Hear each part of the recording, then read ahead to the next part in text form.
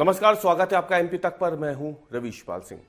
MP तक की खास पेशकश एमपी फाइल्स में हम आज बात करने वाले हैं उस मुद्दे की जिसने पूरे भोपाल को शर्मसार कर दिया है।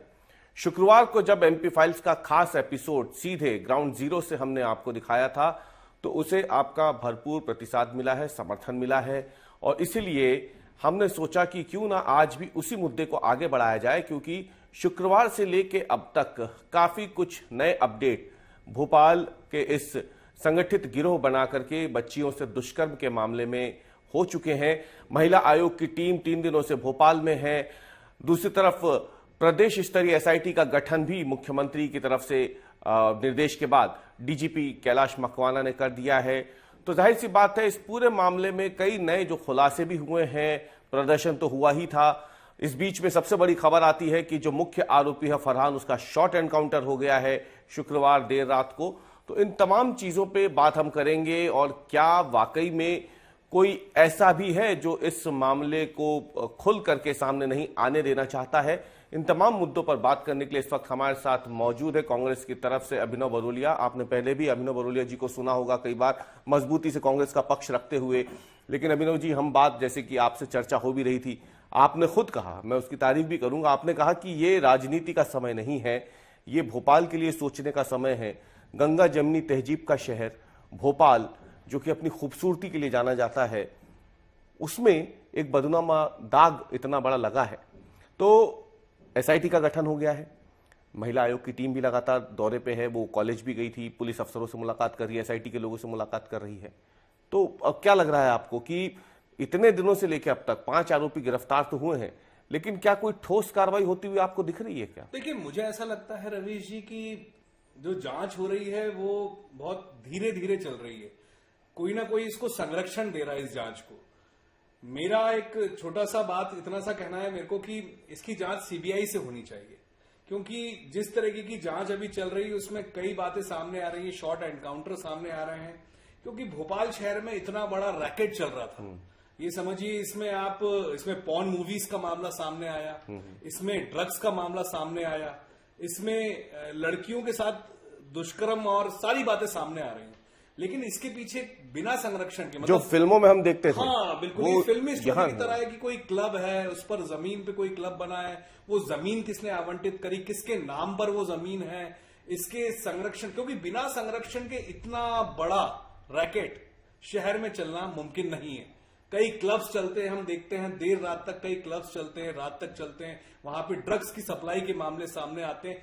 तो ये एक जो खेल है, चाहे आप नशे का खेल, नशे के सौदागर यहां पर हैं, यहां पर पॉर्न मूवीज के सौदागर है, क्योंकि ये बात भी सामने आई कि कमरा लेकर किस तरीके से बच्चों को बरगलाकर, छोटे छोटे बच्चे बच्चियां सब लोग इसमें इन्वॉल्व कैसे हुए। तो बिना बड़े नेक्सस के यहां पे कुछ नहीं हो सकता। किसी ना किसी बड़े नेता, क्योंकि 2 दशकों से यहां पर मध्य प्रदेश में भाजपा की सरकार है, लगातार यहां पे राजधानी भोपाल है, और भोपाल राजधानी में किन नेताओं के संरक्षण में ये चल रहा था, ये बात भी सामने आ रही है। आप सीबीआई जांच की मांग कर रहे हैं, बड़ी बात है, क्योंकि सरकार ने एसआईटी बनाई थी। पहले तो स्थानीय स्तर पर बनती है 3 एसआईटी जो पुलिस बनाती है इसी मामले को लेके। अब सरकार ने भी एसआईटी बनानी है, तो आपको सरकार की एसआईटी पर भरोसा नहीं है क्या? हाँ, मेरा निवेदन है, मोहन यादव जी, एक कहा जा रहा है कि मुख्यमंत्री बहुत तेजी से काम करते हैं, तो निवेदन है कि भोपाल में इस तरीके का जो नेक्सस चल रहा है, उस नेक्सस को तोड़ना तो पड़ेगा।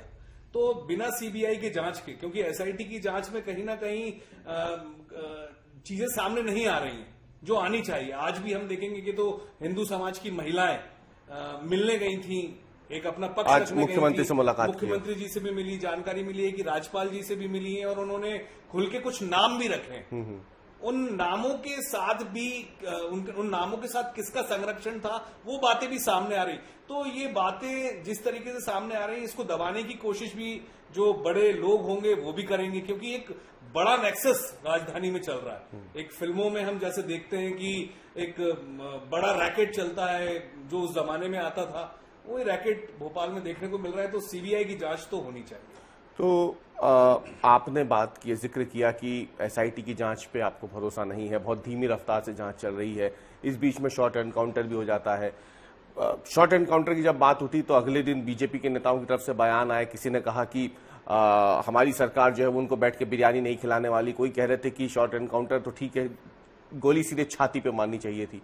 तो बीजेपी के नेताओं की तरफ से भी बयान तो आ ही रहे लगातार। अभी जब से ये लगातार 3 दिन तक उन्होंने इस पे खूब हो हल्ला किया, हिंदू मुस्लिम किया। हम तब भी बोलते थे जांच करो, कोई भी हो जांच करो। हमारे नेताओं ने भी बयान दिए कि आप जाइए, तोड़िए, देखिए किसके क्लब में ये सब हो रहा था, कौन ने कमरे अलॉट करे थे, कौन लड़कियों को कॉलेज में, जो कॉलेज का नाम सामने आया है उस कॉलेज में ये सब संगठन कैसे काम कर रहा था संगठित होके।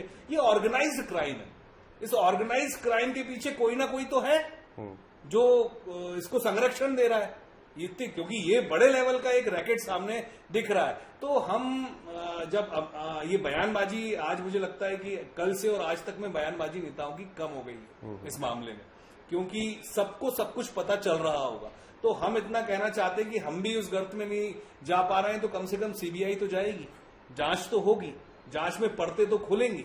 महिला आयोग भी आया है, महिला आयोग भी अपना काम कर रहा है, उसके भी सामने भी पड़ते हैं। तो ये पूरा एक नेक्सस को तोड़ने के लिए हम ये बात कर रहे हैं, और हमारी मांग तो सरकार से है कि सरकार इन पर्दों को खोले, पुलिस प्रशासन खोले, गृह विभाग खोले कि क्या है इसके पीछे पूरी कहानी। जब हम बात कर रहे हैं आपसे अभिनव जी, तो आप प्रदेश कांग्रेस की तरफ से पक्ष रख रहे हैं, कांग्रेस मतलब पूरे हम मध्य प्रदेश की बात कर रहे हैं, तो हम इस चर्चा को भोपाल से भी थोड़ा बाहर ले जाते हैं। सिर्फ भोपाल में ये मामला आया इस निजी कॉलेज का, ऐसा नहीं है। इसी भोपाल शहर में एक और मामला सामने आता है टीटी नगर थाना क्षेत्र में, जहां की स्कूल की नाबालिग बच्चियों को निशाना बनाया जाता है। इसमें और गंभीर बात सामने आती है कि जो आरोपी है उसने तो जो अपराध किया, दुष्कर्म किया, उसमें भूमिका निकल के सामने आती है उसके रिश्तेदारों की भी, जिन्होंने उस बच्ची पे दबाव बनाया कि वो उससे दोस्ती करे, उस बच्ची पे दबाव बनाया कि वो अपना मुंह न खोले। और आखिरकार में पुलिस जब बच्ची के बयान के आधार पर कार्रवाई करती है तो पता चलता है कि जो प्रमुख आरोपी जिसने दुष्कर्म किया, शाहरुख, वो तो गिरफ्तार होता ही, लेकिन उसके साथी जावेद के भाई फैजान और उसकी पत्नी जोया भी शामिल होते हैं, क्योंकि उनके ऊपर भी आरोप था कि वो दबाव बना रहे थे। तो क्या ऐसा एक पैटर्न पे काम हो रहा है, केरला स्टोरी पैटर्न पे फिल्मों में जो दिखाया था वही होता हुआ दिख रहा है क्या? हम उस कॉलेज के अलावा अब इस मामले की भी बात कर लेते हैं। ये जो आप बता रहे हैं घटनाएं, मुझे ऐसा प्रतीत होता है देश में सब जगह, आप प्रदेश की भी बात कर रहे हैं, विकृत मानसिकता के लोग होते हैं, हर धर्म में होते हैं, जो कहते हैं, जैसे इसी केस में आपने सुना होगा कि कुछ बात सामने आई थी कि सब आपका काम है। जी, तो ये बयान बताता है कि कहीं ना कहीं वो व्यक्ति, उसको मुस्लिम समाज ने इग्नोर किया कि हमारे यहाँ ऐसा कुछ भी नहीं होता है, ना ऐसी चीजों को बोला जाता है। तो कई विकृत मानसिकता के लोग ऐसे होते हैं जो ये कार्य करते हैं। इसलिए मैं लगातार इन बातों को उठाता हूं कि शराब पे हमारी सरकारें ध्यान नहीं देती हैं, क्योंकि ये जहर, जो नशे का जो राजधानी और प्रदेश में बनता जा रहा है, शराब और नशे और कोकीन और पता नहीं कितने नशे हैं, इसके लिए काउंसलिंग सेंटर्स होने चाहिए। सरकार तो कह रही है कि हमने तो शराब की दुकानें बंद कर दी कई जगहों पर। सर 17 शहरों में इनने शराब की दुकानें बंद करी, और शहर से बाहर निकलते से ही 1 किलोमीटर दूर आप जाएंगे तो शराब। आज बच्ची का एक वीडियो आया है, बच्ची शराब बेचते हुए दिख रही है राजधानी भोपाल में, आप देखिएगा वो वीडियो। तो ये तो स्थिति है प्रदेश की कि शराब बेचने में भी बच्चे आगे आ रहे हैं, पीने में भी बच्चे आगे आ रहे हैं। तो कहीं ना कहीं काउंसलिंग सेंटर्स नहीं है। क्यों आपने इतनी सारी एनजीओज ले रखी है? एनजीओज क्या कर रहे हैं? एनजीओज उनकी भी जानकारी लेनी चाहिए। क्यों रोकथाम नहीं हो रहा है? क्या खाली कोरा दिखावा है? फंडिंग हो रही है कि लिया और खत्म कर दिया? क्यों लोग नशे की तरफ आकर्षित हो रहे हैं? क्यों पॉर्न मूवीज की तरफ? पॉर्न मूवीज आप स्क्रॉल करिए, इंस्टाग्राम, फेसबुक, ट्विटर, आपको सब जगह इन्हीं तरीके की मूवीज देखने को मिलेंगी। सॉफ्ट पॉर्न, जिसको आजकल नाम दिया गया है, लगा है सब सामने। तो इन पे रोक क्यों नहीं लग रही है? सरकार रोक क्यों नहीं लगा रही है? एक पहलू तो ये हो गया, राजनीतिक संरक्षण अलग अपनी जगह है, ऐसी चीजों को बढ़ावा देने के लिए पुलिस निष्क्रिय दिख रही है। ये साफ साफ दिख रहा है कि किस तरीके से शॉर्ट एनकाउंटर करने पड़ रहे हैं। जानकारियां नहीं है कि कैसे ये क्लब चल रहे हैं, रात रात तक क्लब खुले रहते हैं, वहां पे क्या हो रहा है। भोपाल में आप कई जगह देखिए क्लब्स खुले रहते हैं, रात में 2 बजे नशा करके मारपीट होती है, एक दूसरे को मारा जाता है, लड़के लड़कियां लड़ाई कर रहे होते हैं। तो हमारा जो कल्चर है वो भी खराब हो रहा है। ये समाज किस तरफ जा रहा है, ये भी एक सोचने का विषय है। आपने कहा समाज किस तरफ जा रहा है, आपने ये भी बताया कि सकल हिंदू समाज जो है वो आज मुख्यमंत्री से मिला, राज्यपाल से मिला, ऐसी भी खबरें हैं। यही सकल हिंदू समाज शुक्रवार को, 2 दिन पहले सड़कों पर उतरा था और भोपाल में 26 जगहों पर प्रदर्शन किया था। आपको नहीं लगता एक मजबूत विपक्ष होने के नाते कांग्रेस पार्टी मध्य प्रदेश में कांग्रेस पार्टी की तरफ से इस पर अब तक क्या हुआ? क्या सरकार से तीखे सवाल पूछने के अलावा क्या कांग्रेस पार्टी भी सड़कों पर उतरने वाली है, प्रदर्शन करने वाली है? क्योंकि ये मामला जैसे कि आप बता रहे हैं कि सिर्फ रेप और ब्लैकमेलिंग तक सीमित नहीं है, इसमें पोर्न फिल्मों का भी नाम सामने आ रहा है, उसके भी लिंक सामने आ रहे हैं, नशे की बात लगातार सामने आ रही है, क्योंकि खुद आरोपियों का कबूलनामा है और पीड़िताओं का भी ये कहना है कि उनको नशे का सेवन करवाया गया था। तो ऐसी तमाम चीजों पे क्या आप लोग भी जाकर के ऐसा प्रदर्शन या फिर ऐसे कुछ करने वाले हैं ताकि सिर्फ कमरों पे बैठ के बयानबाजी ना हो, लगे कि हाँ विपक्षी पार्टी, जो प्रमुख विपक्षी पार्टी है, जैसे वो किसानों के नाम पे सड़क पे उतरती है, प्रदर्शन करती है, बेरोजगारों के नाम पे आप लोग प्रदर्शन करते हैं, तो इस मामले में कांग्रेस पार्टी पीसीसी के अंदर क्यों सिमटी हुई है, यहां क्यों नहीं बाहर निकल रही है? प्रदर्शन करते हैं और फिर लाठी खाते हैं, मानहानि खाते हैं। मैं मतलब सौरभ शर्मा के मामले में मुझे ही 10 करोड़ की मानहानि का नोटिस भेज दिया भूपेंद्र सिंह जी ने, बिल्कुल, पूर्व मंत्री, और आवाज उठाई हमने। तो हम लगातार आवाज उठाते हैं, इस पर भी धरना प्रदर्शन हमने भी, हमारी एनएसयूआई विंग ने, सभी ने प्रदर्शन किया। हम लगातार हर वर्ग की आवाज उठाते हैं। इस मामले में भी हमने कई एनजीओ के साथ मिलके उनसे जानने की कोशिश करी, समझने की कोशिश करी। हम धरातल पे काम कर रहे हैं, और जो आपसे आज भावुकता के साथ बोल रहा हूं, मैं राजनीति से ऊपर उठ के इस बात को कर रहा हूं। कांग्रेस बीजेपी की बात नहीं है, एक समाज बर्बाद हो रहा है। 2 दशकों से भाजपा की सरकार है।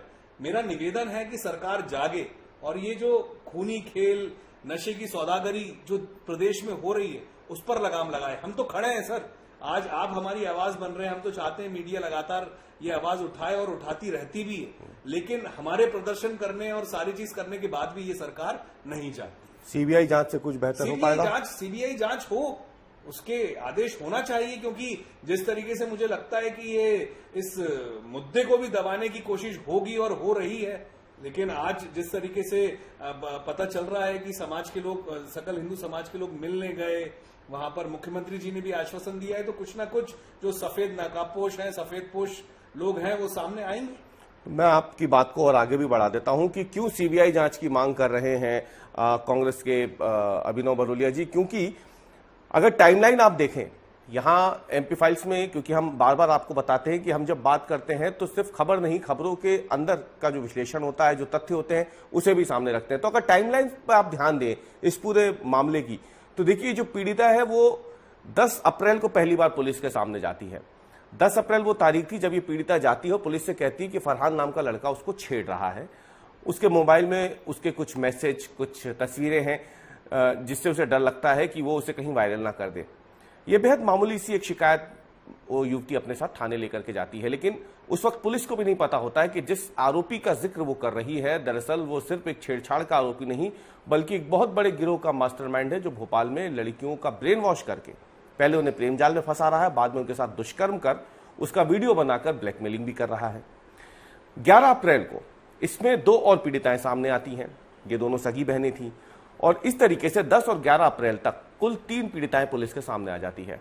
3 एफआईआर भी दर्ज हो जाती है, लेकिन एफआईआर दर्ज होती है 17 अप्रैल को, क्योंकि इस पूरे मामले में पुलिस पहले कोशिश ये करती है कि पीड़िताओं ने जिनको आरोपी बनाया है उनको पहले गिरफ्त में लिया जाए, हिरासत में लेकर के उनसे फोन कम से कम ले लिया जाए, उसके बाद में एफआईआर दर्ज की जाए। और ऐसे में जब प्रमुख आरोपी गिरफ्त में आ जाते हैं पुलिस की, जिसका नाम था अली, साद और फरहान, फिर पुलिस 17 अप्रैल को एफआईआर दर्ज करती है। उसी वक्त साहिल नाम का जो चौथा आरोपी है उसे गिरफ्तार किया जाता है, जो कि मूल रूप से पन्ना का रहने वाला है और अशोका गार्डन में डांस क्लास चलाता है।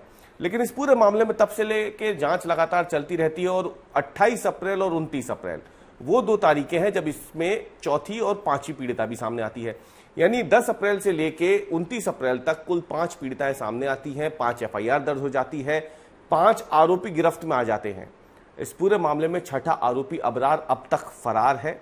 7वां आरोपी हामिद, जिसका नाम लिया गया है एफआईआर में, वो 2024 में आत्महत्या कर चुका है। हालांकि वो आत्महत्या किस वजह से की थी ये अब तक साफ नहीं है, लेकिन पुलिस उसकी भी कुंडली खंगालने में जुटी हुई है। लेकिन सवाल यही है कि एसआईटी बन गई, एसआईटी की जांच जो चल रही, जिस पर सवाल उठ रहे हैं, और यही वजह है कि शायद कांग्रेस अब मांग कर रही है कि सीबीआई को जांच दी जाए, क्योंकि 6ठा आरोपी भी अब तक फरार है। उसी को पकड़ने जब जा रहे थे तो माना गया कि फरहान ने रिवॉल्वर छीनने की कोशिश की, गोली चल गई, वो घायल हो गया। एक ऐसा मामला जिसमें कॉलेज के लड़के जो है वो आरोपी हैं। 3 एसआईटी, मध्य प्रदेश की राजधानी भोपाल की पुलिस, जहां पे कमिश्नरेट सिस्टम है, वो अब तक उस आरोपी को पकड़ नहीं पाई है। इसीलिए आपको लग रहा है कि सीबीआई जांच होनी चाहिए? देखिए, आपको रवि जी, आपके व्यूअर्स भी देख रहे होंगे जब, तो उन्हें भी लग रहा होगा कुछ फिल्मी स्टोरी टाइप का नहीं है कि इतनी पुलिस है, वो साथ में लेके जा रही है, उसके पैर में गोली मार दी है, उसके बाद कुछ नेता कहते हैं कि अरे छाती में गोली मार देनी चाहिए थी। अरे वो जिंदा रहेगा तभी तो सबूत सामने आएंगे। ये तो जांच का विषय है। सीबीआई आएगी तभी तो पूछेगी कि आपने ऐसा क्यों बोला, इसको ऐसे गोली क्यों पड़ी, ये वहां पे क्यों गया, इसके पीछे क्या नेक्सस है, क्यों फरार है, एक ने सुसाइड क्यों किया। एक बड़ी कहानी है रवि जी, ये कोई छोटी मोटी कहानी प्रतीत नहीं हो रही है कि ये 4-5 बच्चियों के साथ जो घटना घटी, ये कोई बड़ा नेक्सस है जो सालों से चला आ रहा था। इसकी परतें तो खुलना बहुत जरूरी है। परतें खुलना बहुत जरूरी है। कांग्रेस भी ये मांग कर रही है। सिर्फ कांग्रेस नहीं बल्कि भोपाल का हर बाशिंदा इस वक्त यही मांग कर रहा है कि इस पूरे मामले की परतें खुलनी चाहिए। यह मालूम होना चाहिए कि कॉलेज जहां पे एक पिता अपनी बेटी को बहुत सपने संजो करके पढ़ने के लिए भेजता है, एक बाप अपने बेटे को इसीलिए भेजता है ताकि पढ़ लिख करके वो कुछ कर सके, उसी शिक्षा की स्थली पर, उसी कॉलेज में कुछ ऐसी मानसिकता के भी लोग हैं जो कि बच्चियों को अपना शिकार बनाते हैं, और ना केवल शिकार बनाते हैं बल्कि उनके साथ बुरी तरीके से मारपीट करते हैं, बाद में उन्हें ब्लैकमेल करते हैं। और अब इस पूरे मामले में रोजाना जो नए खुलासे हो रहे हैं उससे कड़ियां धीरे धीरे जुड़ती तो जा रही हैं। लेकिन अब कांग्रेस की भी मांग है, और दूसरी तरफ बात करें तो राजधानी भोपाल के सकल हिंदू समाज के जो लोग हैं उनकी भी ये मांग है कि इस मामले की उच्च स्तरीय जांच की जाए ताकि मालूम चल सके कि आखिर भोपाल में कब से और कहां इस तरीके के जो दरिंदे हैं वो घूम रहे हैं, कब से काम कर रहे हैं और कितने लोगों को अब तक वो अपना शिकार बना चुके हैं। तो एमपी फाइल्स में आज के लिए इतना ही, क्योंकि ये वो मुद्दा है जो लगातार सुर्खियों में बना हुआ है। इसलिए एमपी फाइल्स में हम लगातार इसके बारे में आपको पल पल की अपडेट भी दे रहे हैं, तथ्यों को भी सामने रख रहे हैं। आज की पेशकश में इतना ही। कल हम फिर हाजिर होंगे आपके सामने एक नए मुद्दे के साथ, नए तथ्यों, नए विश्लेषण के साथ। तब तक के लिए धन्यवाद।